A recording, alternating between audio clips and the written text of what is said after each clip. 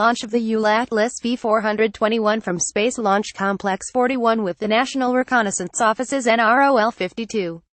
Photo credit Michael Howard. Spaceflight Insider. Cape Canaveral, FLA. With a mighty roar, and after a string of delays, United Launch Alliance ULA finally sent the classified nrol-52 mission to orbit on behalf of the National Reconnaissance Office (NRO) at 3:28 a.m.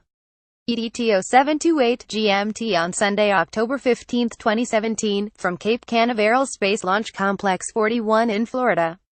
The early morning flight marked the fourth mission of 2017 carried out on behalf of the NRO and the sixth flight of the year for the Atlas V. The weather was the primary concern this launch, with blustery conditions, rain, and wind lashing Florida's Space Coast over the past several days.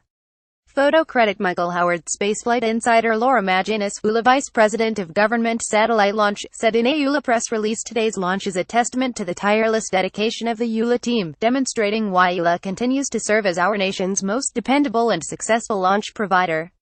After recovering from Hurricane Irma that came through the area last month, and the last week's weather challenges, the team found the right opportunity today to deliver this critical national asset to orbit. Weather worries and a technical glitch. High winds had raked Florida's Space Coast for several days last week, causing a scrub during two prior launch attempts. On the third attempt, just when the weather appeared to have backed off enough to allow a launch, a telemetry transmitter on the Atlas V launch vehicle required a halt with launch plans. The booster was rolled back to the vertical integration facility adjacent to SLC-41 where, according to ULA, it was replaced and tested. The L1 forecast for the attempt on the day prior only gave a 40% chance of favorable weather conditions for launch.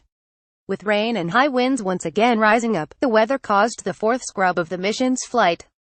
Interestingly, high winds were one of the concerns that delayed this launch. A NASA PDF states that winds at the launch site cannot exceed 33 knots, 38 miles per hour, 61 kilometers per hour.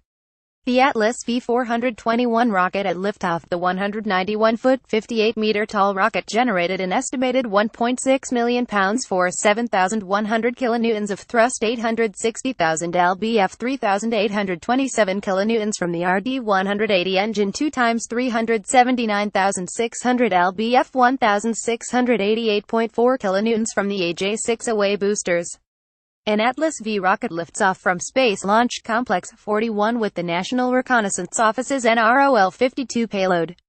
Photo caption credit Ben Cooper. ULA. A close-up view of the Atlas V421 engine section.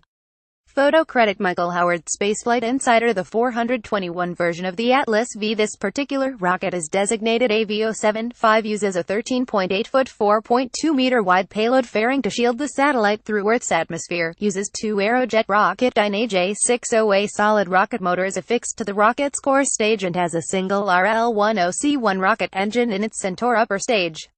The Atlas V nrol-52 launch.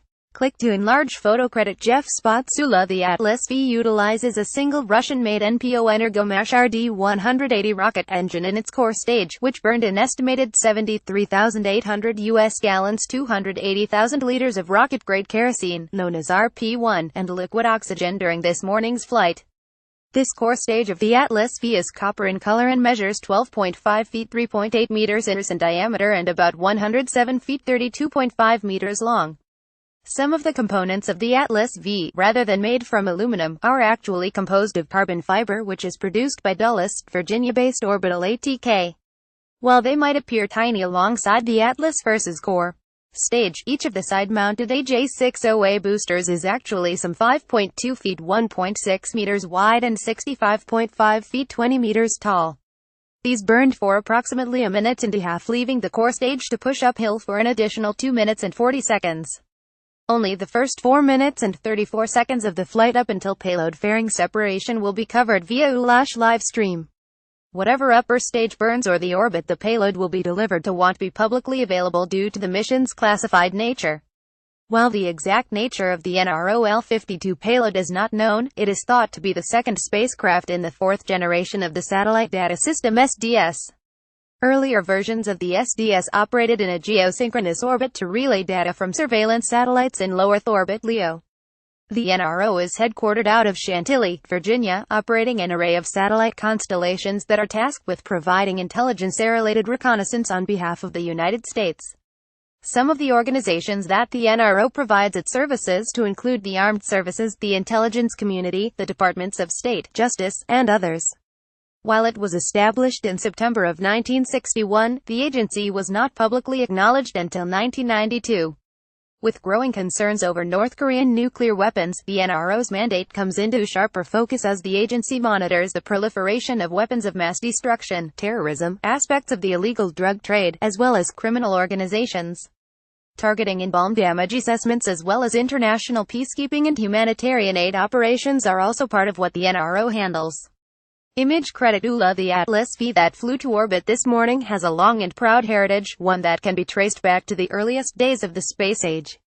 The nrol-52 mission marked the 656th Atlas launch since 1957 and the 359th Atlas launch from the Cape.